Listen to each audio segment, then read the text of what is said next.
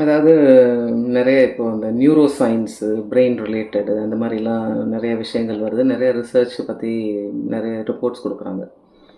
So அப்படி பார்க்கும்போது வந்து அந்த ஒரு இது நான் படித்தது வந்து எனக்கு ரொம்ப பிடிச்சிருந்தது.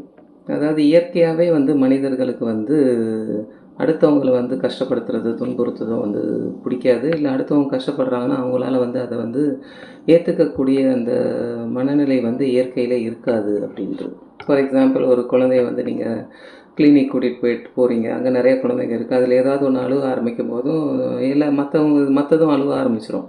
ஏதோ சம்திங் ஏதோ ஒரு ராங் அப்படின்னு சொல்லிட்டு. ஏதோ ஒரு அம்மா அழுவும் போதும் குழந்தை சேர்ந்து பயங்கரமாக அழுவும்.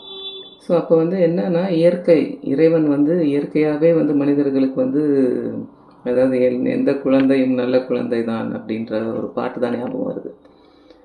ஸோ அவங்கள வந்து எப்படி வந்து நம்ம வந்து மோல்ட் பண்ணுறோம், எப்படி வந்து நம்ம அவங்கள வளர்த்து எடுக்கிறோம் அப்படின்றது வந்து நம்ம கையில் தான் இருக்குது. ஸோ இப்போவுமே வந்து நிறையா குழந்தைகள் நிறைய பேர் வந்து சோஷியல் வெல்ஃபேருக்காக, சொசைட்டிக்காக நிறைய விஷயங்கள் பண்ணுறாங்க. ஆனால் அது வந்து பர்சன்டேஜ் வந்து ரொம்ப கம்மி.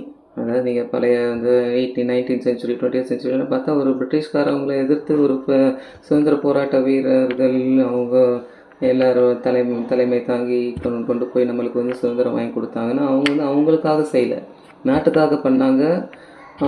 நம்ம நல்லா இருக்கணும் அப்படின்ற அந்த ஒரு சிந்தனையில், வருங்கால சமுதாயம் நல்லா இருக்கணும், யாருக்கும் அடிமையாக இருக்கக்கூடாது அப்படின்ற அந்த ஒரு இதில் தான் அவங்க செஞ்சாங்க. ஸோ ஒரு சாக்ரிஃபைஸ் பண்ணுறாங்க.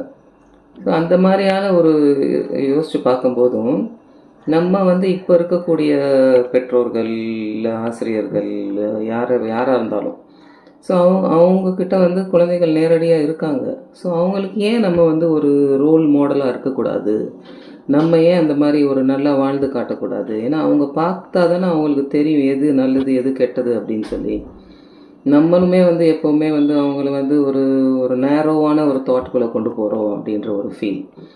அதாவது பணம் தான் இம்பார்ட்டண்ட்டு, நல்லா பெரிய வேலைக்கு போகணும், நிறைய சம்பாதிக்கணும், ஃபாரின் போகணும், நிறையா பெரிய வீடு வாங்கணும், கார் வாங்கணும் அப்படின்ற அந்த ஒரு இதை தான் நம்ம மைண்டில் ஏற்றுறோமே தவிர, ப்ளஸ்ஸு ஒரு பொறாமையை நம்ம மைண்டில் ஏற்றி விட்டுறோம். ஸோ அப்போ வந்து அவங்களுக்கு வந்து என்ன ஒரு எக்ஸாம்பிள் இருக்கும், ஒரு ரோல் மாடல் அப்படின்னு அவங்க யாரை பார்ப்பாங்க? அப்போ வந்து நம்ம அவங்கள மறுபடியும் அவங்கள திட்டுறதுல வந்து பிரயோஜனம் இல்லையே. ஸோ அவங்களுக்கு என்ன பிடிக்குது அப்படின்றத அவங்க அப்படியே போய்ட்றாங்க.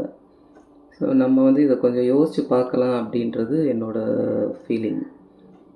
Thank you very much.